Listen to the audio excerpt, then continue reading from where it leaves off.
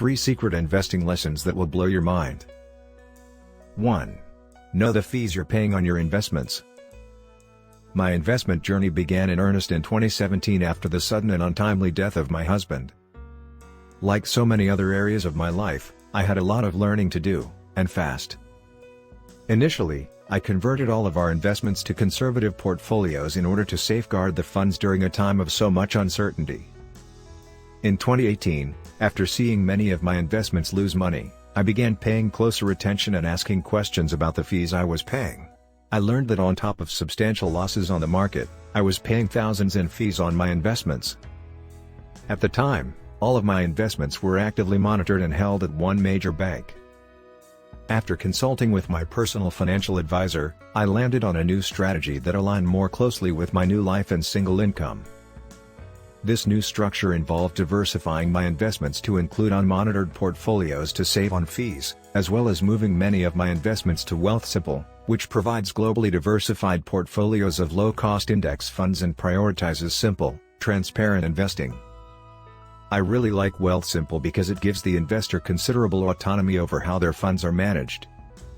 Switching to unmonitored investments both at my bank and with Wealthsimple helped me get ahead, even on my single salary, by saving me so much in fees. 2. Keep your long-term investments out of sight, out of mind. An added benefit of moving the bulk of my investments to Wealthsimple was that I no longer had to see them every time I logged into my online banking. When all of my investments were held at my bank, I would see the fluctuations weekly, sometimes even daily. Seeing my long-term investments lose money became a major source of stress for me. It was impossible to look away. The numbers were right there on my dashboard, just below my checking account and credit card balance. It was making me feel poorer than I actually was. Now that my long-term investments, including the balanced and higher-risk portfolios that will naturally fluctuate along with the markets, are out of sight, they can also be out of mind.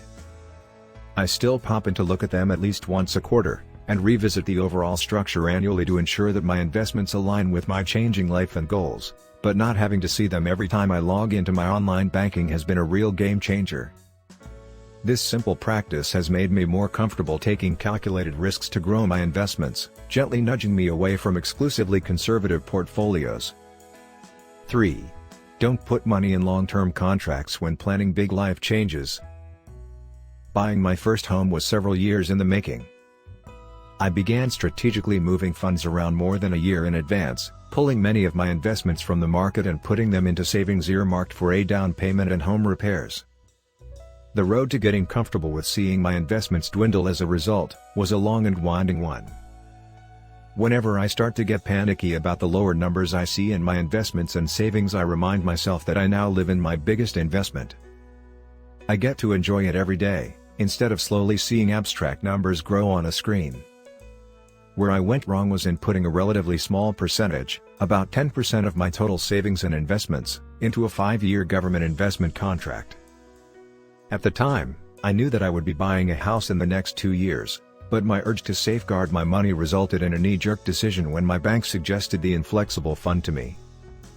Just 1 year later, I bought my house, spent the bulk of my home fund on costly repairs, and was planning a shift away from permanent full-time salaried work.